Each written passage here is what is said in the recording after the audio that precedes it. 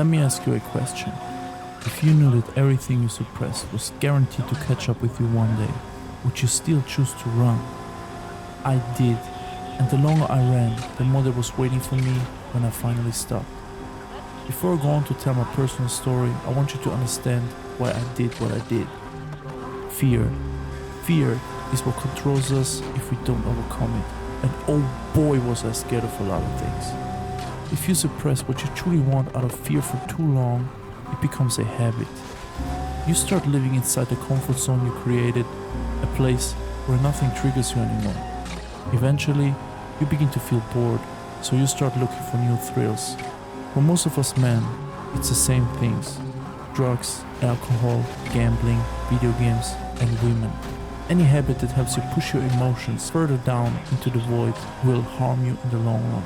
But if you, just like me, found yourself in a place where all you did for years was stack up suppressed feelings like I stacked up rap in the run you're watching, then you clicked on the right video. First things first, almost any habit can become good or bad depending on how often and how intensely you pursue it. A lot of people who go to the gym, for example, use it as an escape from their own minds. It's a healthy habit, but it can turn into dangerous escapism really fast.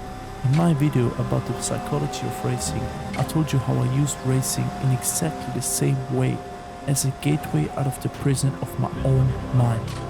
While you're blasting down a twisty mountain road, or bench pressing 100 kilos, or 220 pounds for the freedom people, you can't really think about anything else in that moment.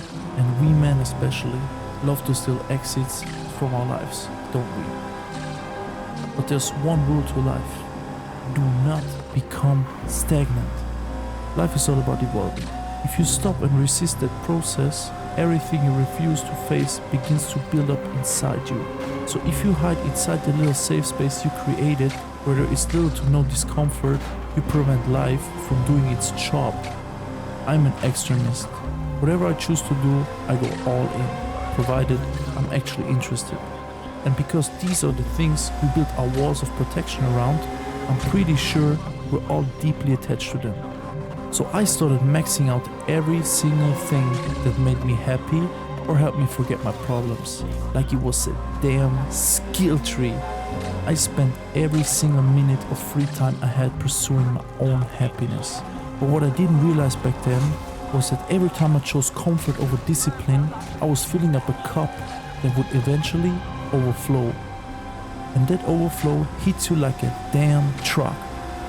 All the illusions you spent years building come crashing down on you.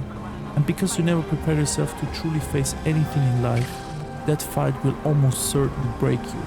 The good thing is, what has been broken can be rebuilt stronger. Your body is a reflection of what's happening inside you.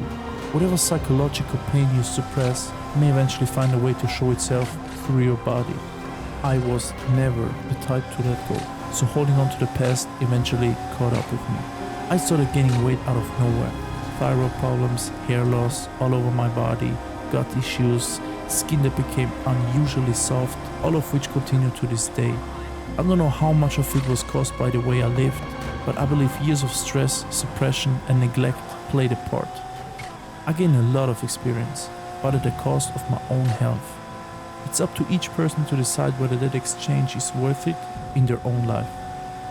Minimizing the damage while maximizing the experience gained should be the goal. But the thing is, while we were doing what we do, we aren't truly conscious of it, right? It's always easy to talk about what happened once your mind is sober and you finally understand what was going on back then. But in the moment, that's a different story. Let me tell you about some of the moments I've had. As I told you earlier, we eventually begin to feel bored inside our comfort zones. You all know the feeling. I have felt this emptiness more times than I'm comfortable admitting. And because all I ever wanted was to feel happy and carefree, I started chasing the next thrill. In my case, it was women. I began studying all kinds of content about attracting high-value women. I looked into psychology, manipulation tactics, pretty much anything that could give me an advantage beyond my looks and height. Then I started using dating apps in a way that brought me thousands of matches. I set up a macro that would rapidly swipe right on everyone while I sat on my PC watching a series or doing something else. I ran the program once a day until there was no one new left to match with. This is not advice, by the way. It completely destroyed my ability to form real, meaningful bonds with women. After filtering out all the women who weren't my type, I started messaging every single one I liked. I became so accustomed to the strategy that I began noticing patterns in the dating app's algorithm.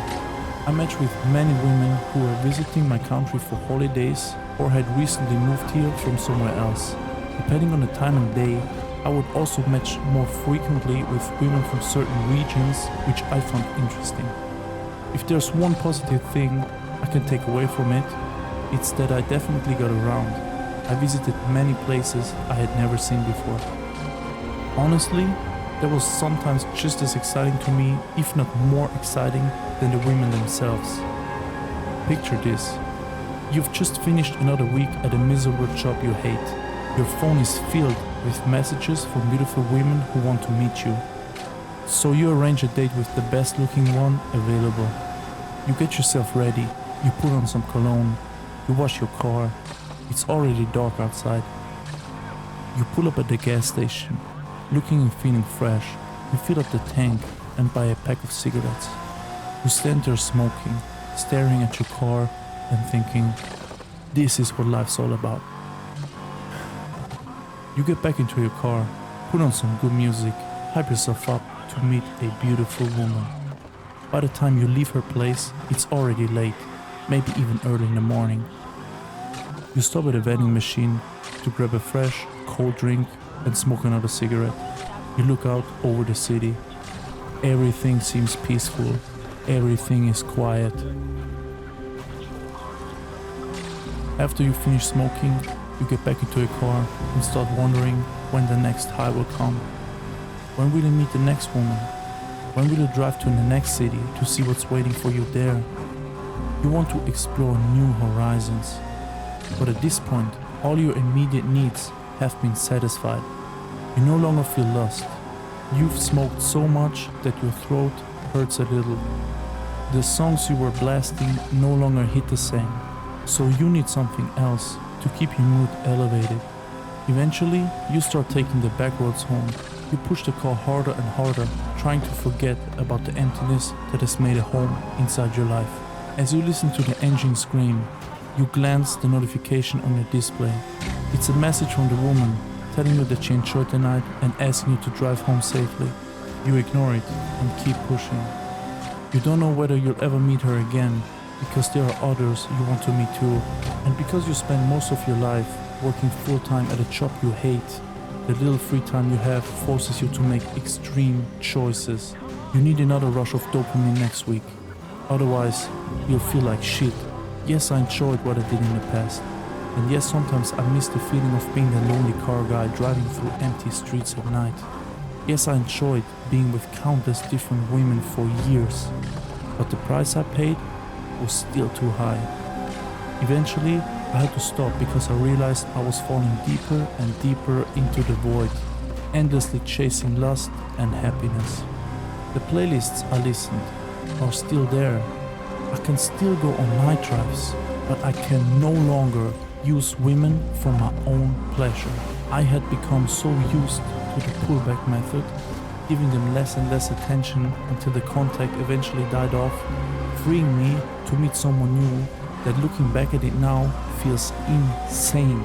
And that brings me back to the main topic, and probably the most important lesson in this video. I learned that anything you repeatedly use for effortless pleasure will eventually drain you. True happiness comes from fulfillment, and fulfillment comes from building something that demands something from you. When you work hard on something and finally see the fruits of your labor a year later, that is what brings you real joy. Take it from me if you still don't believe it. Maxing out your dopamine the way I did will destroy you. I have spent multiple hours writing this script, perfecting it, checking it for grammatical mistakes and correcting them. I recorded the gameplay you've been watching in the background. Me driving through a heavily modded Need for Speed Heat which also took me far too long to set up. I did all of this, but for what?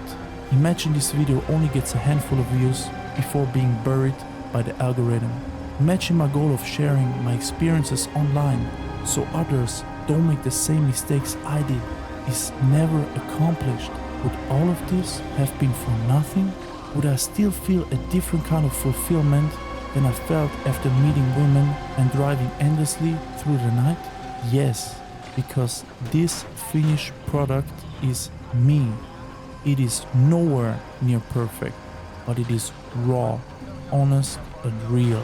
And instead of forcing my body to carry everything I have suppressed for years, I am finally allowing it to let go of some of that weight.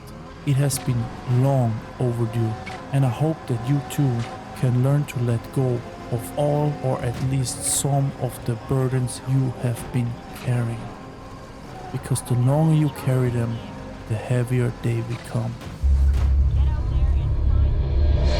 Pray that God gives your body enough strength to endure everything you put it through, so your soul has enough time to learn before it's too late.